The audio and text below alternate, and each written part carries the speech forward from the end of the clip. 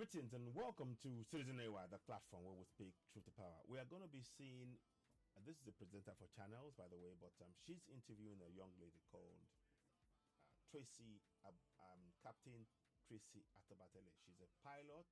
She's soaring in aviation. Let's have a listen to her story. Before we do that, please go ahead and subscribe to Citizen AY on YouTube and TikTok and Facebook. To subscribe on YouTube, here's what you do. Hit the subscription button, notification button, and of course give us a thumbs up and help us reach more people. We have over 5,000 subscribers. We're very grateful for your support. Keep subscribing and help us share our programs and our broadcasts on this platform. Let's have a listen to this very interesting discussion about the great feat of Captain Tracy Atobatele, soaring in aviation. Here we go. Sit back, relax, and enjoy. Here we go. So, what a man can fly, a woman can fly even more elegantly. So, Captain Tracy Atobatele joins us on the program today. She's a pilot.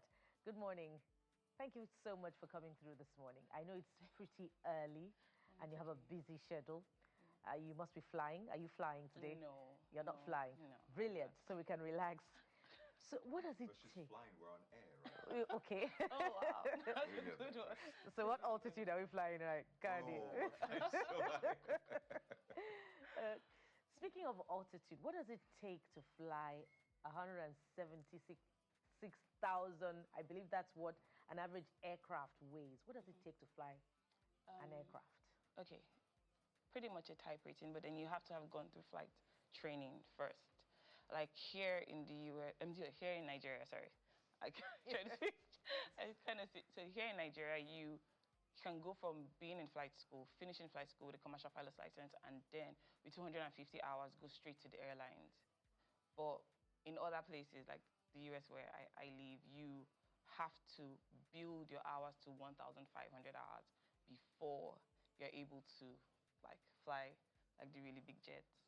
So how many hours do you have in your collection now? I believe you've been in the business for 13 years. Yes, but then I've been in the business in different roles, not flying, not like straight up flying. So I first started out as a flight attendant and then a jet charter broker, and then went to flight training, and then right now I'm a flight instructor. And I also work at a company called CAE.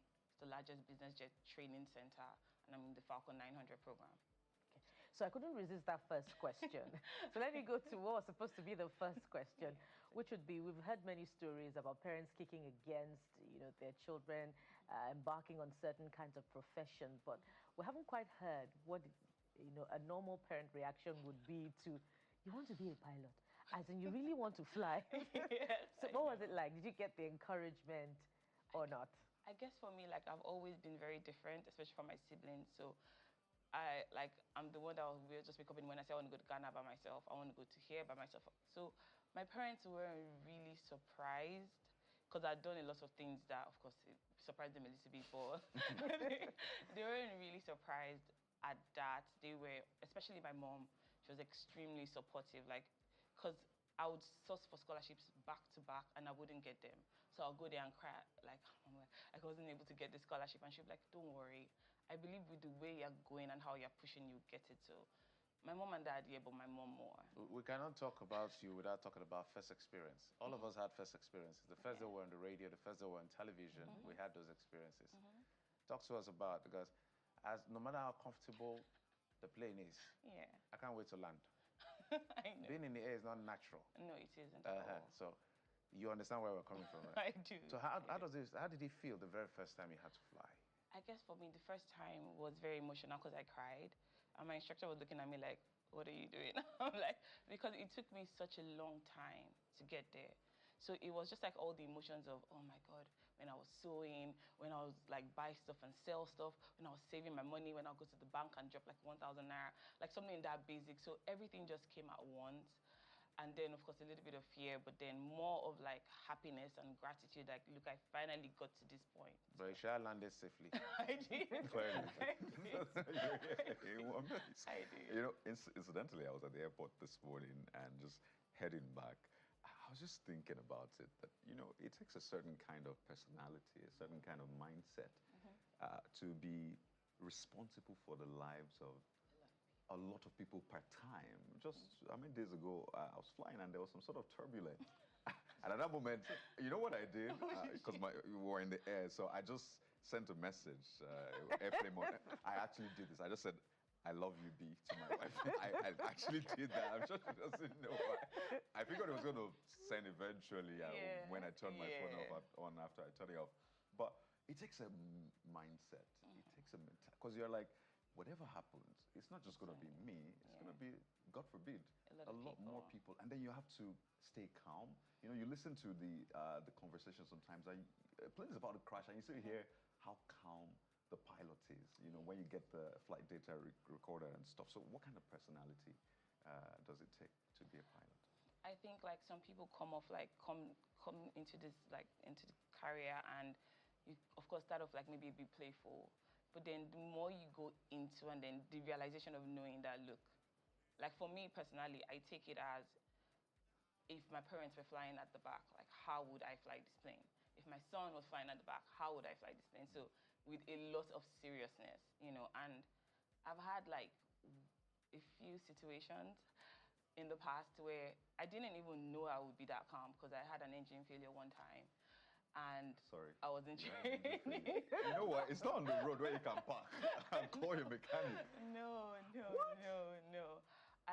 Funny enough, I was with a Nigerian instructor, Tanko, and we were in the plane. We just took off, and we're like on crosswind, and we had the situation happen. And I didn't even realize how calm I would be. You know, you don't know what is going to happen until you're there. And I was actually really calm. I'm like, okay. So, you know, you see situations like that, and it kind of prepares you, because the next time I did have another situation, I was like more prepared. You know, like even the person beside me was kind of freaking out, but I'm like I've been here. I've been here before. So before Bukala comes in, when should we pray the most? Take off or landing?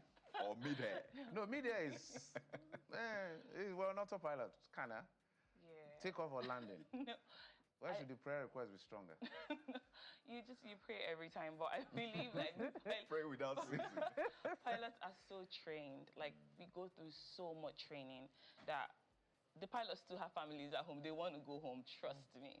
So you have nothing to fear. And that's my next point. Well, in relation to what Kayode said, I believe all pilots have their wheels, whether or not they That escalated fast. But about family. Yeah. How do pilots, you know, maintain work-life balance? I imagine they live in the air more often than not. How does this affect your personal life, marriage, children, and all those important aspects of life? I know, like, it can be hard. I'm not even gonna lie. It's really, really hard. Like, it's so hard that, like, currently I'm actually, like, going through that now, because I have a 3-year-old, and there are a lot of things that you'd want to do. There are a lot of times you want to be there, but then you are just unable. I feel like it takes a village, and it's just important to just have your tribe. So, like, at times when you're unable to, you have family. Like, I have extremely loving sisters, cousins, my husband, everyone just, you know, comes in. And I say my sisters because my son is here and my sisters are here, my cousins. So like everybody just steps in and they help you, because they know, like, you know, this is, if you could, you would be there. So you live in the US? Yes, and I your do. son is here in Nigeria? Yes, this is his first time being here. Okay. And this was my first time being here after 9 years, so. It's tough. It's tough. So that's what that tells me, is that, you know, flight attendants, pilots have their social life in the air. So dating goes on in the air and all of that. I know I'm infringing on territory. No. Yeah, the thing is, there are a lot of like relationships with. Yeah. In the air. So I have a friend. I have a friend who is a pilot. I have a friend who is a pilot, and when we have conversations, and it feels like what he's telling me is that the most dangerous pilots are the older ones. What he means by that is simply, when you get used to something, the danger is higher, because you're like, I've done this, I've been there, done that. Yeah. Is that something you're told in flight school or in the aviation sector? What exactly?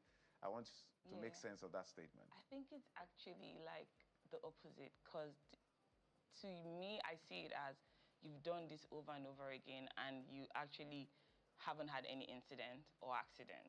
You know what I mean? So I feel like you've done it so much, like, I feel like you're safe to me as far as I'm concerned. I feel sometimes it's even when people are starting off, the excitement of starting, like, oh, I'm actually here, I can actually do this. But with everything that's been happening now, I don't think anybody would want to like be too excited. You want to be extremely careful. There's something I must ask you. I'm tempted to ask about your routine, you know, the usual checks, what you do, but we'll have that conversation. So, but I need to talk about your footwear. Because for a lot of people, they don't know you also make shoes. We'll do it on another show, don't worry. You actually make shoes as well. Yes, I do. Yes, What's I do. this called? It's called the Rita and Nathan sneakers. It's kind of like an Adire leather mix. This is for pilots, Abby. So No, it's for everyone. It's for everyone. It's really beautiful. Ikaede, Jeffrey, and I so should much. get one of Rita and Nathan For footwear. sure. Well- Online or in store? So we have like an interactive process because right now I have a website, but because it's so interactive, I just take orders like So you sell it? personally. Yes, I do. Okay, no problem. All right. Noted. All right. So we're super proud of what you're doing. Thank you so so much for coming through, and we look Thank you so forward much to for having another me. interesting conversation with you. We've been talking with Captain Tracy Atobatele. She is a pilot And and A shoemaker. A shoe producer. the proud owner of a shoe line. Yes. Fantastic. Thank you so much for coming through. She make her to work. it's fine, right? Yes, it does.